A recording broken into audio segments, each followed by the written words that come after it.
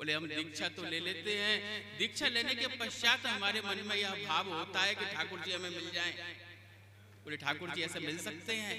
बोले आपको अपने गुरु के बताए हुए मार्ग का अनुसरण करना पड़ेगा, गुरु के बताए हुए सूत्र को अपने हृदय में धारण करना पड़ेगा। बोले महाराज कौन सा सूत्र हमारे गुरुदेव ने प्रदान किया? हम अपने मन में यह विचार करते हैं कि कौन सा सूत्र प्रदान किया। तो श्री हितरवंश महाप्रभु जी ने 4 दोहे आपको बताए। बोले एक कोई अपने हृदय में धारण कर लेना, कृपा सहज हो जाए। श्री हितरवंश महाप्रभु जी महाराज ने कहा कि सबसो हित निष्काम मति, श्री वृंदावन विश्राम श्री राधा वल्लभ लाल को हृदय ध्यान मुख नाम। तो उनकी प्रथम पंक्ति है कि सबसो हित। बोले जब आपके हृदय में यह हित का भाव प्रकट हो जाएगा और नित्य निरंतर वृद्धि को प्राप्त करेगा, तो समझ लेना कि आपके ऊपर हित स्वरूप हित सजनी जी सहज कृपा करेंगे और नित्य विहार वृंदावन धाम में आपका प्रवेश सहज करा देंगे।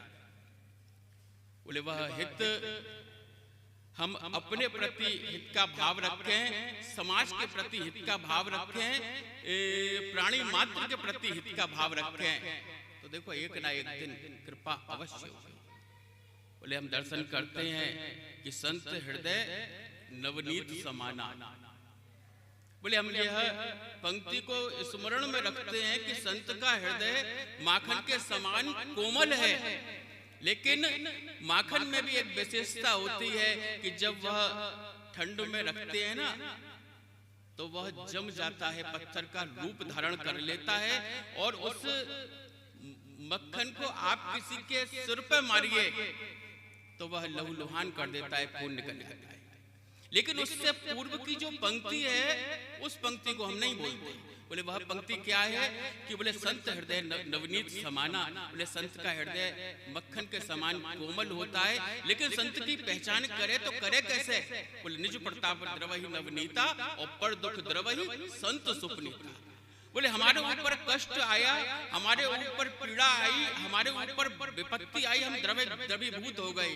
बोले उसको संत नहीं कहते। बोले यदि संत का दर्शन करना है तो दर्शन करना कि यदि किसी दूसरे व्यक्ति के ऊपर पीड़ा आई और उस पीड़ा को देख के आपका हृदय द्रवीभूत हो रहा है तो समझ लेना कि आप संत हैं।